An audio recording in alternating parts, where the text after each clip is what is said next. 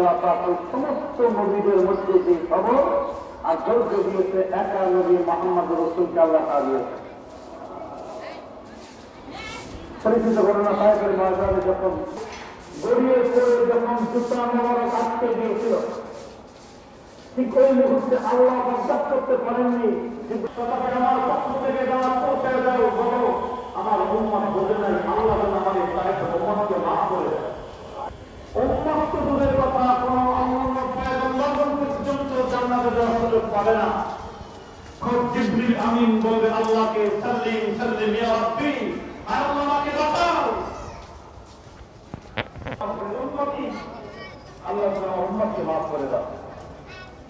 কিন্তু আপনি না করবেন এখন সম্ভব আমি সেদিন ঘুরে আপনি যখন ইচ্ছা তখন কোমরের তরবারের চতুর্থ এক মুহূর্ত দেরি হতো না।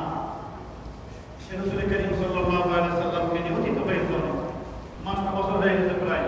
প্রাণ যদি ব্যস্ত থেকে দোয়া করব, আল্লাহ বললেন জিবরাইলের মাধ্যমে যা ব্যবস্থা আমি করব। আল্লাহ রাব্বুল আলামিন নিজে জিবরাইল